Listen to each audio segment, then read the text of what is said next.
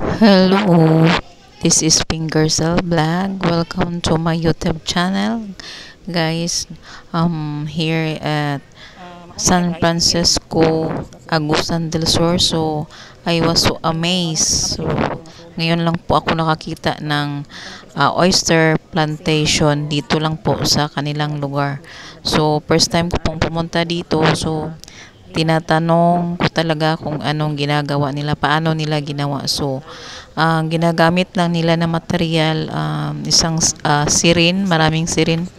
Tapos, may ihahalo po dito na lime enzyme at saka sugar. Ibibilad ba to ng isang buwan, tsaka babalot siya ng cellophane. O yan ang sirin yung ginagamit nila. Tapos ilalagay, pagkatapos malagay sa mga plastic bags, yan. Naka-plastic bag na yan. Saka ilalagay sa baril. Yung baril, yung isa, yun ang lalagyan ng apoy. Tsaka may hose siyang pupunta doon sa 3 baril na doon i-steam for 8 hours.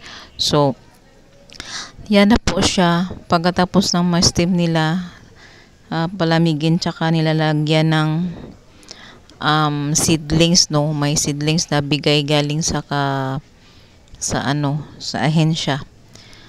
Then, yan na po. Pagkatapos mga isang buwan ata, no? Pwede na siyang mamunga. So, ito pala siya ay cultured oyster mushroom.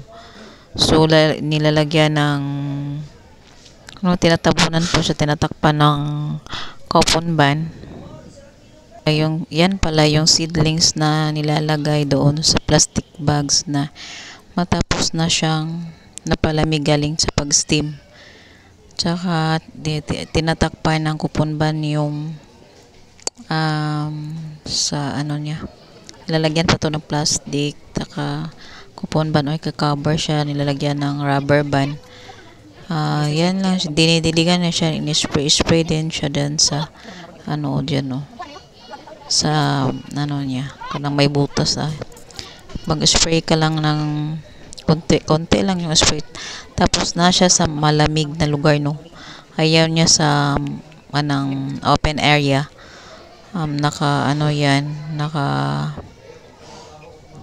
Ganyan lang siya paggawa, no. Simple lang tingnan. Mang tagal lang niyang pag ready sa kanyang taniman. So, ayan na yun, mga tubo na niya yan. Once na ganyan niya, everyday na sila mag-harvest nito. So, malaking tulong sa pamilya kasi araw-araw may maibibenta na sila, no, para sa araw-araw na pagkain nila, no, mga expenses. So, malaking tulong talaga sa kanilang lugar ito na sinusuportahan sa gobyerno.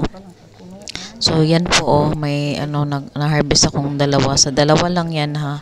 So, nasa 1/4 kilo na siguro yan ang dalawa kasi marami siya. Marami ang laman, no. Tingnan nyo, daman laman.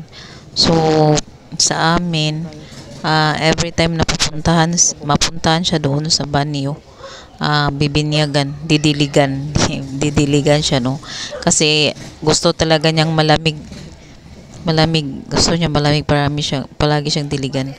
So, yan na, luto na, ang sarap, no, nilalagyan ng panit ng bako at saka sweet corn. So, sarap talaga, no.